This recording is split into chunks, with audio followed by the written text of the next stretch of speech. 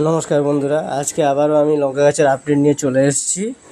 আজকে গাছগুলো মোটামুটি এখন অনেক স্টেবল, কারণ ওরা ট্রান্সপ্লান্ট শকটা কাটিয়ে উঠতে পেরেছে। তাই আজকে আমি একটু গোবর সার ভেজানো জল তাহলে আমি 2-3 দিন আগে আমি এই গোবর সারে জল দিয়ে আমি পচতে দিয়েছিলাম, সেটাকেই আর কি আমি গাছগুলোতে দিয়ে দেবো।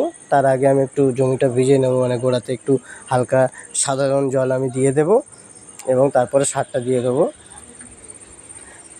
তরল সারটা বানানোর জন্য আমি 1:10 হিসেবে নিয়েছি, একদম পাতলা করেই দিচ্ছি, যেহেতু চারা গাছ তাই বেশি গাঢ় করে দেওয়া যাবে না এবং অল্প করেই দিতে হবে।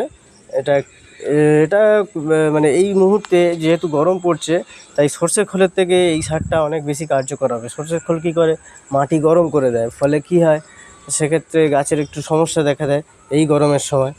তো সেক্ষেত্রে আমি ওইটা ব্যবহার না করে গোবর সার ভেজানো জলটাই ব্যবহার করলাম। এবারে আমি দুটো মালসায় নিয়ে নিয়েছি, এখানে আমি ঢ্যাঁড়সের বীজ বুনে দেবো।